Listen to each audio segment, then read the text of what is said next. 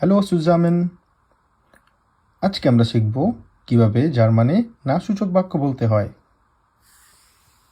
I do, আমি করি। ইশ মাখে, আমি করি। আই ডু নট ডু, আমি করি না। ইশ মাখে নিশট, নিশট হচ্ছে নেগেটিভ শব্দ, মানে হচ্ছে আমি করি না। আই ইট, আমি খাই। ইশ এসে, ইশ এসে, আমি খাই।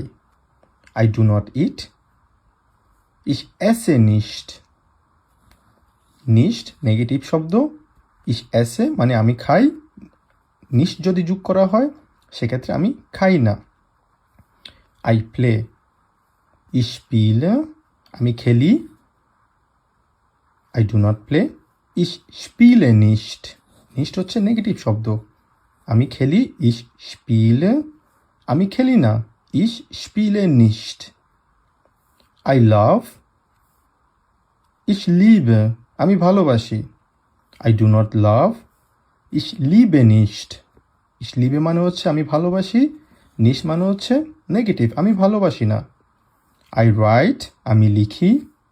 ইশ শ্রাইবে, তালিবাসের মতো উচ্চারণ হবে। ইশ শ্রাইবে, দেখতে পাচ্ছেন এই পাশে। আই ডু নট রাইট, আমি লিখি না। ইশ শ্রাইবে নিশট, নিশ মানে হচ্ছে নেগেটিভ।